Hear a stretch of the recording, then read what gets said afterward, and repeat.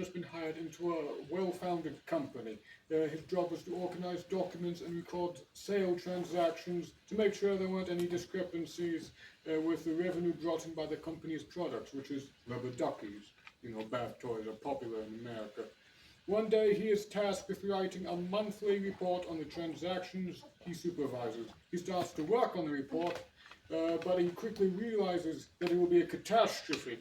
The worker doesn't know where to put the graphs, what topics he should focus on, everything essential to the report.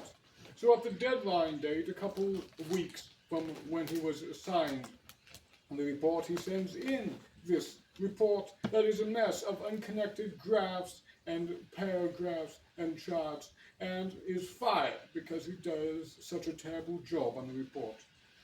How could he have done better? The answer is simple and is what this presentation will be focusing on. The office worker should have used an outline in order to complete his report. I know what you may be thinking, a presentation about writing advice. There are hundreds of those already, some of them made by professionals.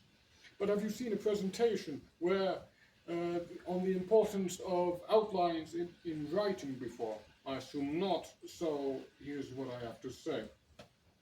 Outlines are crucial to organizing any sort of project that requires writing. It could be an essay, an article, or presentation. In fact, I use an outline for this presentation you are hearing now.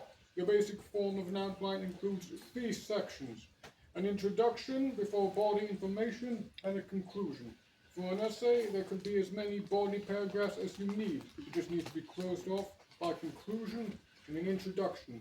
Outlines are very adaptable, since they are basic summarizations of what each section will include. Take, for example, this. You got paragraph number one, the introduction of thesis. You're writing an article about the biodiversity of lizards. Your thesis would be, for example, lizards are so diverse. They have species in Africa, species in Papua New Guinea, all that. Your second paragraph would be all your arguments about the diversity of lizards, what kind of lizards there are, where they live. Your third paragraph would be how... Should I pass?